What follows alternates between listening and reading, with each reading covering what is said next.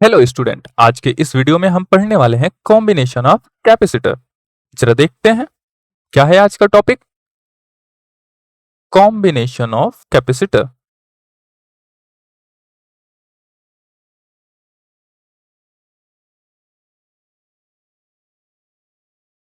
क्या है, जरा समझो थोड़ा सा। लेट्स सपोज हमारे पास क्या है, एक कैपेसिटर है। कैपेसिटर किस तरीके से रिप्रेजेंट करते हैं, ये दो पैरेलल लाइन से रिप्रेजेंट। इस कैपेसिटर का कैपेसिटेंस जो है वो क्या है, वो हमारा C1 है।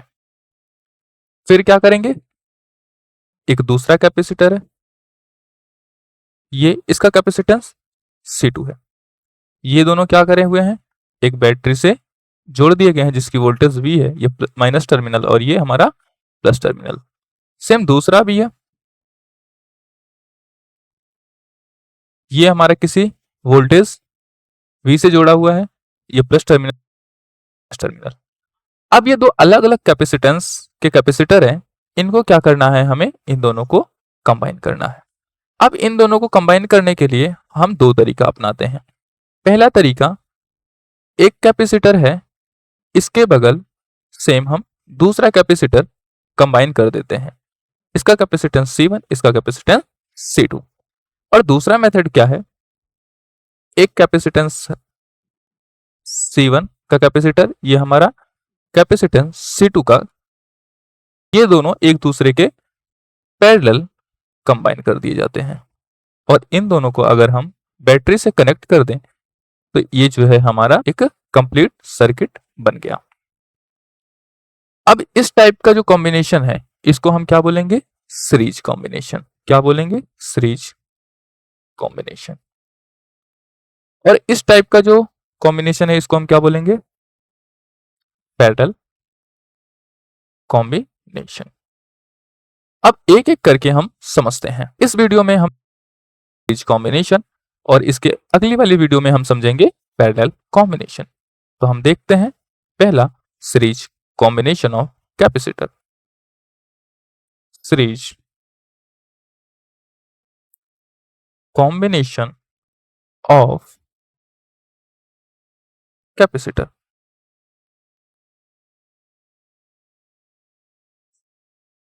देखते हैं क्या है इस टॉपिक में। हमारे पास है जिसका कैपेसिटेंस C2 है, C1 है। इसमें हमने एक दूसरा कैपेसिटर ज्वाइन करा जिसका कैपेसिटेंस C2 है। इसको जब हम एक बैटरी से कनेक्ट करें और इस बैटरी का वोल्टेज V है, ये माइनस टर्मिनल, ये प्लस टर्मिनल, तो यहां से V वोल्टेज जो है एक करंट प्रोड्यूस करेगा। और करंट जो प्रोड्यूस करेगा वही करंट हमारा C1 में आएगा। और इस वजह से इस C1 में एक चार्ज हमारा Q1 स्टोर होगा। और फिर आगे जाके ये हमारा क्या है, C2, और इस C2 में चार्ज Q2 स्टोर होगा। और फिर ये जो वोल्टेज V की वजह से जो करंट गया वही करंट C1 में आया और वही करंट C2 में जाएगा। इस वजह से जितना चार्ज Q1 में स्टोर होगा उतना ही चार्ज हमारा Q2 में स्टोर होगा। ठीक है। अच्छा, अब क्या होने वाला है, जब इन दोनों को हमने कंबाइन करा, कंबाइन करने के बाद क्या हुआ, ये जो कैपेसिटर हैं ये दोनों एक इक्विवेलेंट रेजिस्टेंस, ये जो दोनों कैपेसिटर हैं ये क्या करे, एक इक्विवेलेंट इफेक्ट प्रोड्यूस करे। और इक्विवेलेंट इफेक्ट क्या प्रोड्यूस करे, जितना हमारा उसके जितना हमारा इक्विवेलेंट कैपेसिटेंस प्रोड्यूस करे। और अगर ये बैटरी V है और ये C इक्विवेलेंट है और ये V बैटरी कितना करंट प्रोड्यूस कर रहा है, I करंट प्रोड्यूस कर रहा है, तो अगर I प्रोड्यूस करंट कर रहा है तो इसमें क्या होगा, Q इक्विवेलेंट चार्ज स्टोर होगा। और Q इक्विवेलेंट किसकी वजह से हो रहा है, ये V वोल्टेज की वजह से, V वोल्टेज की वजह से I करंट प्रोड्यूस होगा। और I करंट की वजह से हमने पहले भी देखा है I करंट की वजह से कितना Q चार्ज स्टोर हो रहा है।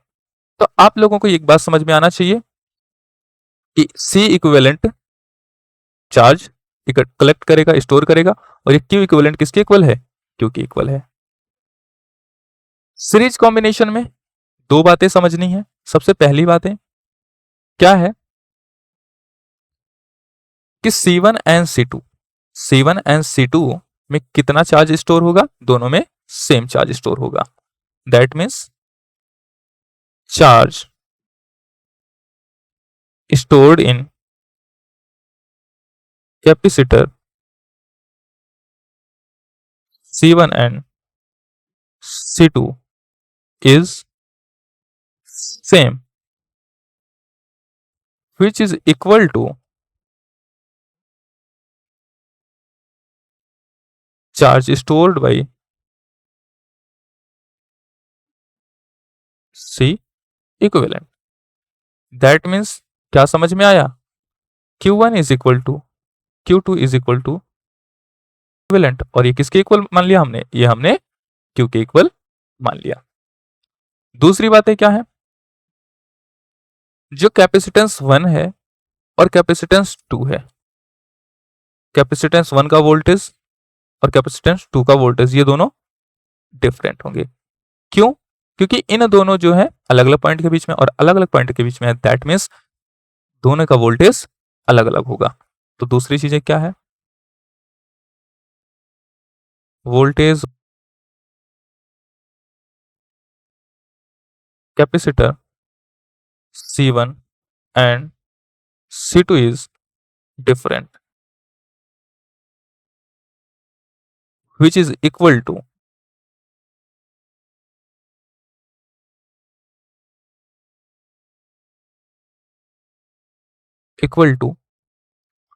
total voltage।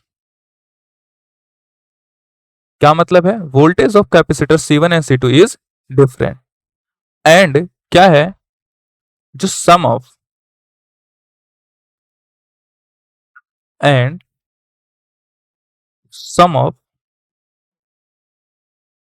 these voltage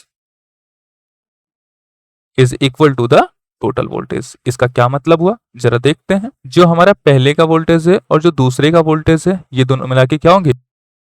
voltage होगा। ये हम इक्वेशन सेकंड मानते हैं और इसे हम इक्वेशन फर्स्ट मानते हैं। अब फ्रॉम इक्वेशन सेकंड हमें क्या देखने वाले हैं? V1, V2 और V की वैल्यू। ये कैसे देखेंगे? कैपेसिटेंस का फॉर्मूला क्या होता है? Capacitance C is equal to Q by V। So C1 is equal Q1 by V1, और Q1 की वैल्यू हमारा आ गया यहां पे Q बाई V1। और अगर यहां से हम देखेंगे, so V1 is equal to Q by C1, और सेम अगर हम यहां से देखें, V is equal to Q by C, और अगर हम देखें C2 is equal to Q2 by V2, और Q2 की वैल्यू कितनी है? Q है, सो Q बाई V2। तो हम थोड़ा सा और सॉल्व करें, so V2 is equal to Q by C2। अब यहां से हमें V की वैल्यू है, V1 की वैल्यू है, और ये हमारा V2 की वैल्यू है। अब ये तीनों वैल्यू हम क्या पुट करेंगे? यहां पे क्या करेंगे? हम put the value of V1, V2 and V question second. So क्या होगा? V की value V is equal to V1 plus V2, V is equal to Q by C, so Q by C1 plus V2 की value Q by C2। सारे को Q से divide करेंगे, 1 by C is equal to 1 by C1 plus 1 by C2। ये हमारा क्या आ गया? ये हमारा आ गया equivalent capacitance of series combination. Equivalent capacitance of series combination. ठीक है, इसमें कुछ और स्पेशल केसेस हम देख लेते हैं। पहला, if there is an capacitor, कौन कौन से? C1, C2, C3 dot dot dot Cn, then क्या होगा? 1 by C equivalent is equal to 1 by C1 plus 1 by C2 plus 1 by C3 plus dot dot dot plus 1/Cn। तो अगर ढेर सारे हो जाएंगे तो जैसे 1/C इक्विवेलेंट अपन 1/C1 प्लस 1/C2, कुछ इस तरीके से एक रिलेशन हमारा आ जाएगा। अच्छा, अगर if all n capacitor are equal,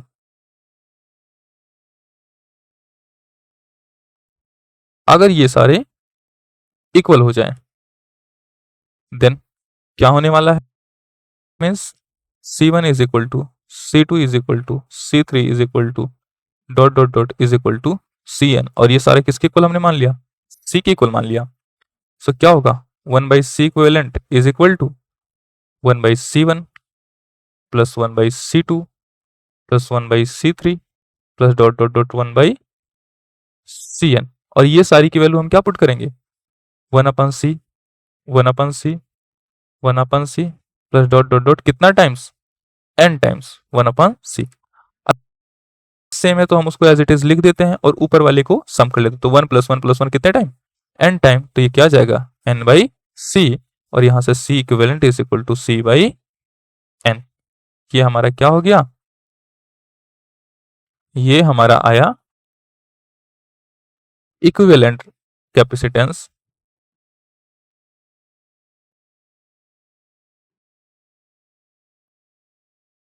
of n equal capacitor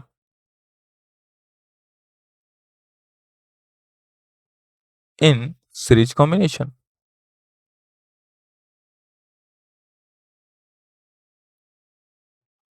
so I hope आप लोगों को कॉम्बिनेशन ऑफ कैपेसिटर समझ में आ गया होगा, सीरीज कॉम्बिनेशन इसका, एंड पैरेलल कॉम्बिनेशन हम नेक्स्ट वीडियो में करेंगे। तब तक के लिए बाय बाय, सी यू।